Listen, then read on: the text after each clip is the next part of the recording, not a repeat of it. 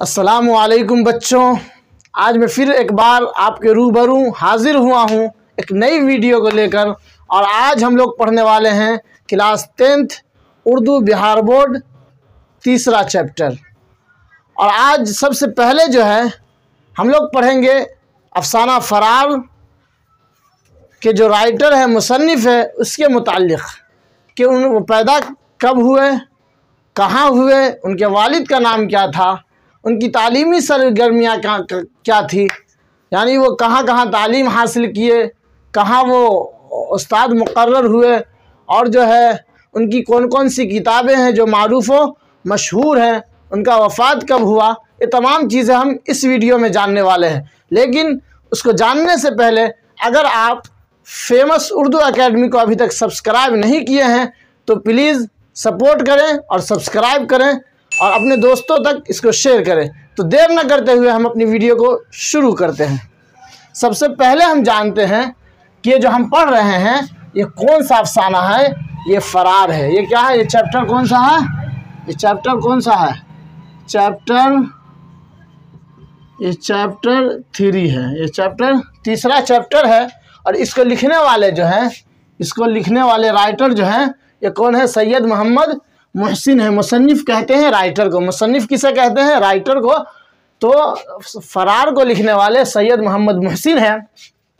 उनकी पैदाइश कब हुई? उनकी पैदाइश जो है 10 जुलाई 1910 ईस्वी को पटना में हुई। कहाँ हुई? पटना में हुई। कब हुई? 1910 ईस्वी को। 10 जुलाई 1910 ईस्वी को पटना में हुई। उनके वालिद का नाम, उनके अब्बू का नाम क्या था? तो उनके वालिद का नाम था सैयद मोहम्मद रशीद। क्या था? Syed Mohammad Rashid. Very very important question सब है। ये क्वेश्चन डायरेक्ट उठ के जो है एग्ज़ाम में आ जाते हैं, इसलिए ये बहुत इंपॉर्टेंट मैं लिखवा रहा हूँ। जो चीज़ ज़रूरी है वो। उनके बाद जो उनकी तालीमी सरगर्मियाँ के मुतालिक कुछ जान लीजिए कि वो कहाँ कहाँ तालीम हासिल किए हैं और कहाँ लेक्चरर बहाल हुए हैं। देखिए, तालीमी सरगर्मियाँ उनकी ये हैं कि मुहसिन साहब 1926 ईस्वी में राम मोहन राय सेमिनरी पटना से मैट्रिक का इम्तहान पास किया। पटना से उन्होंने 1926 ईस्वी में राम मोहन राय सेमिनरी पटना से मैट्रिक का इम्तहान पास किया। और 1928 ईस्वी में, देखिए 1926 ईस्वी में उन्होंने मैट्रिक का इम्तहान पास किया और 1928 ईस्वी में यानी 2 साल बाद इंटर होता है तो उन्होंने पटना कॉलेज से आईए किया। उसके बाद 1931 ईस्वी में नफ्सियात के साथ बीए ऑनर्स का इम्तहान पास किया। 3 साल लगता है बीए करने में। तो उन्होंने जो है पटना यूनिवर्सिटी से एमए फर्स्ट क्लास से उन्होंने 1931 ईस्वी में नफ्सियात के साथ बीए ऑनर्स का इम्तहान पास किया। और 1934 ईस्वी में नफ्सियात में ही पटना यूनिवर्सिटी से एमए फर्स्ट क्लास से पास किया। उन्होंने मास्टर ऑफ आर्ट्स भी उन्होंने किया नफ्सियात के मौजू से ही पटना यूनिवर्सिटी से। उसके बाद जो है गोल्ड मेडल भी हासिल किया उन्होंने। एमए फर्स्ट क्लास से पास करके उन्होंने गोल्ड मेडल भी हासिल किया। और 1938 ईस्वी में वो पटना कॉलेज में शोबे फ़लसफ़ा में आर्जी तौर पर लेक्चरर बहाल हुए। आर्जी कहते हैं थोड़े दिन के लिए, उसके बाद अगर पसंद आए तो मुकम्मल तरीके से रख दिया जाता है या किसी की जगह पर आर्जी तौर पर। तो आर्जी तौर पर वो जो है वहाँ शोबे फ़लसफ़ा में लेक्चरर बहाल हुए। और 1953 ईस्वी में वो शोबे नफ्सियात में सदर शोबे नफ्सियात मुकर्रर हुए, क्योंकि वो उनका ख़ास मौजू जो था वो नफ्सियात ही था। उन्होंने नफ्सियात से ही एमए भी किया था।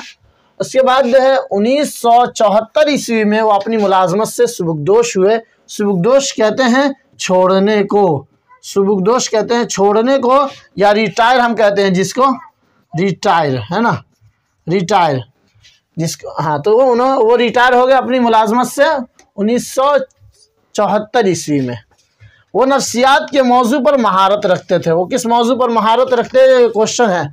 वो किस मौजू पर महारत रखते थे? तो वो नफ्सियात के मौजू पर महारत रखते थे। वो नफ्सियात के मौजू पर महारत रखते थे। ये बहुत इम्पोर्टेंट क्वेश्चन था कि तालीमी सरगर्मियाँ लिखिए या उनके मुतालिक चंद बातें लिखिए। तो ये चीज़ें आपको लिखनी होगी मोटे तौर पर। सिर्फ उनकी पैदाइश और उनका जो है मैट्रिक जब उन्होंने पास किया है, इसको जहन में रखिएगा तो इंशाअल्लाह तमाम यहाँ तक के हल हो जाएंगे। उसके बाद उन्होंने कुछ किताबें भी लिखी है, जो मशहूर किताबें हैं वो मैं यहाँ लिखा हूँ, और बहुत सारी उन्होंने किताबें लिखी हैं। तो सबसे जो मशहूर है वो अनोखी मुस्कुराहट बहुत मशहूर है। ये अफसानों का मजमुआ, ये क्या है? ये अफसानों का मजमुआ है, ये अफसानों का मजमुआ है। और उसके बाद ये है नफ्सियाती ज़ाविये। ये जो है नफ्सियाती ज़ाविये जो है, ये नफ्सियाती मज़ामीन का मजमुआ है। किसका मजमुआ है? नफ्सियाती मज़ामीन का। और ज़ख़म के फूल जो है ये शेरी मजमुआ है। और उसके बाद जो है सैयद मोहम्मद मोहसिन को के 3 बेटे थे और 4 बेटियां थी। उनकी औलाद जो थी 7 थी, 3 बेटे और 4 बेटियां थी।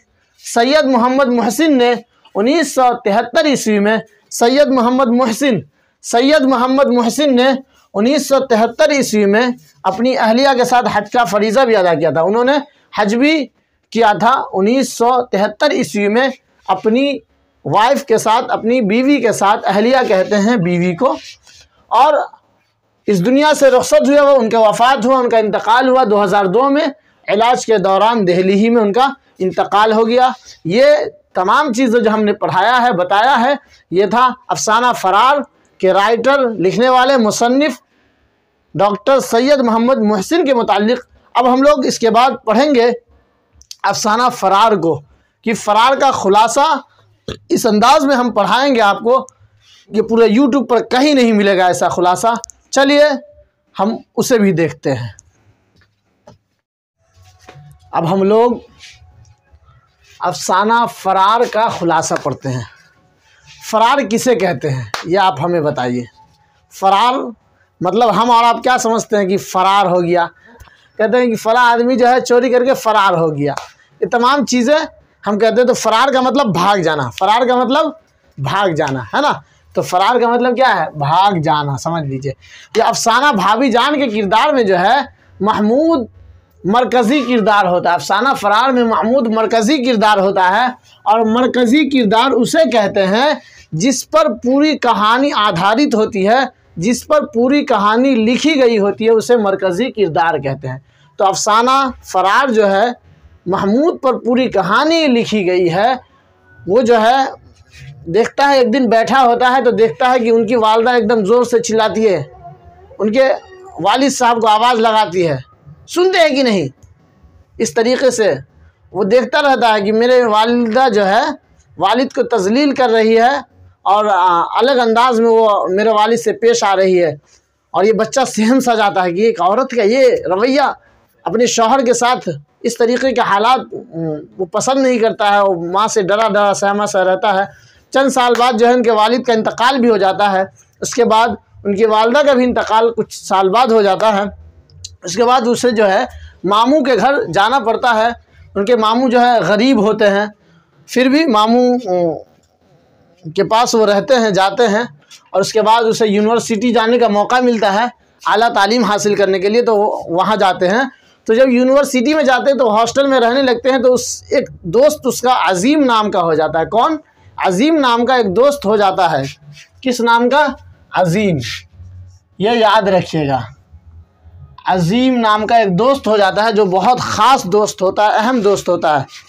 तो वो जो है लड़कियों की चक्कर में बहुत ज़्यादा रहा करता है, रूमानियत उसके अंदर पूरी भरी होती है। तो ये भी इसको वर्गलाता रहता है, अरे यार वो कितनी अच्छी है, तुमको देख रही, तू भाव नहीं दे रहा है। अगर तेरी जैसी शक्ल सूरत मुझे होती तो मैं भी उसे भाव देता, दिखाता।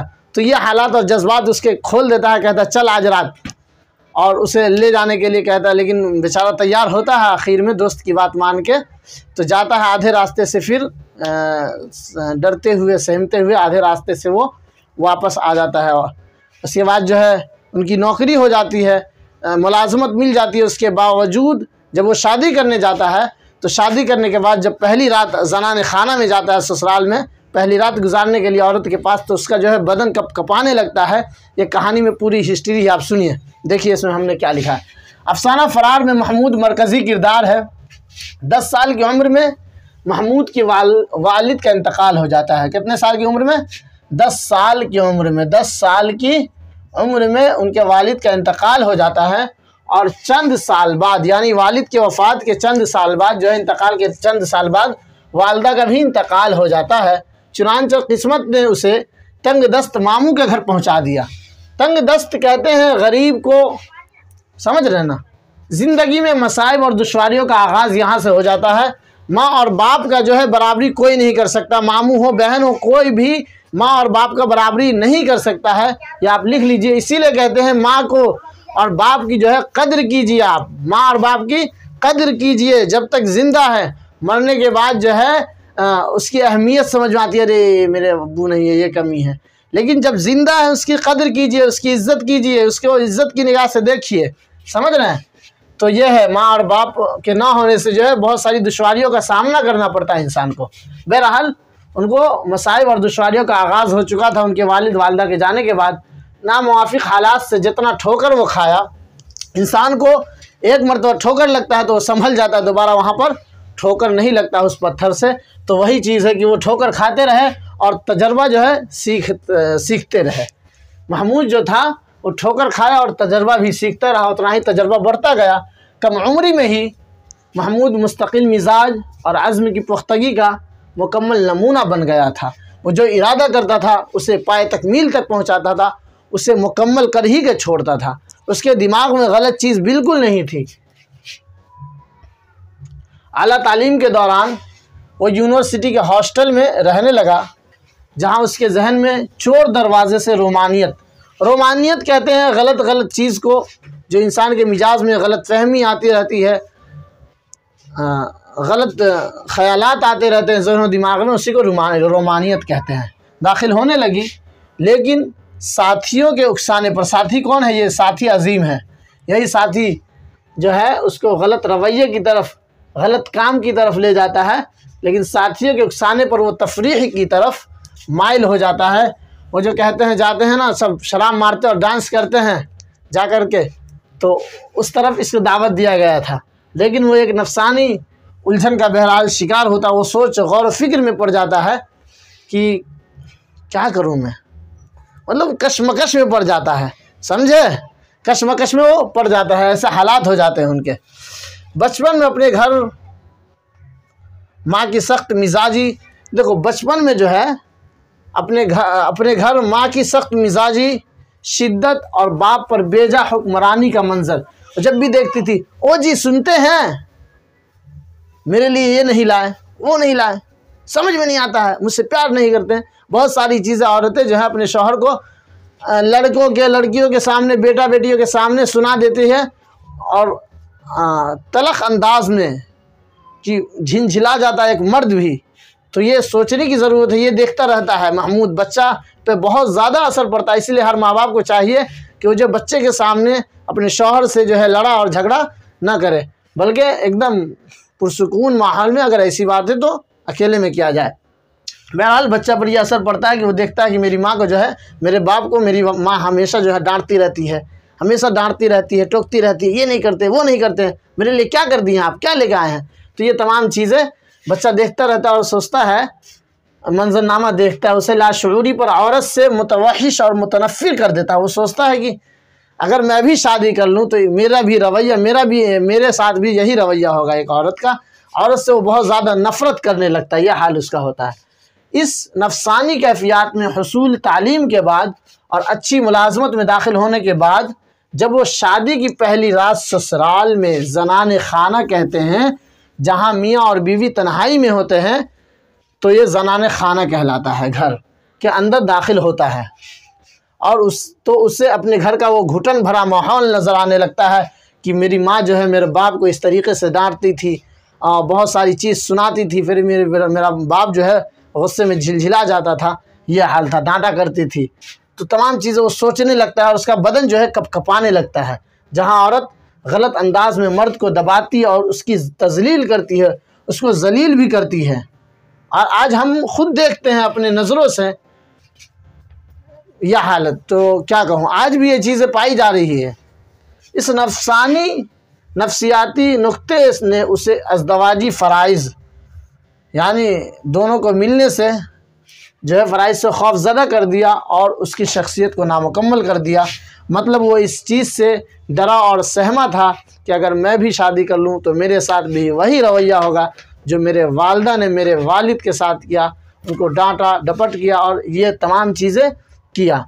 तो बहरहाल वो शादी की पहली रात जब जाता है ज़नाने खाना में तो उसका बदन कब कपाने लगता है, तब औरत को जो है उनकी बीवी को यह क्या हो गया एक बैग का फ़ौरन आवाज़ लगाती, तो उनके सास ससुर तमाम लोग आ जाते हैं वहाँ पर और इतने ही पर कहानी एंड हो जाती है, ख़त्म हो जाती है।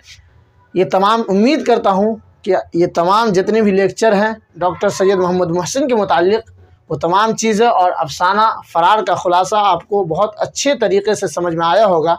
उम्मीद करता हूँ कि आप लोग मेहनत से पढ़ रहे होंगे और मेहनत से पढ़िए और आला नंबरात ला कर के कामयाबी हासिल कीजिए। मैं फिर अगली वीडियो में मिलूँगा, जब तक के लिए अल्लाह हाफ़िज़।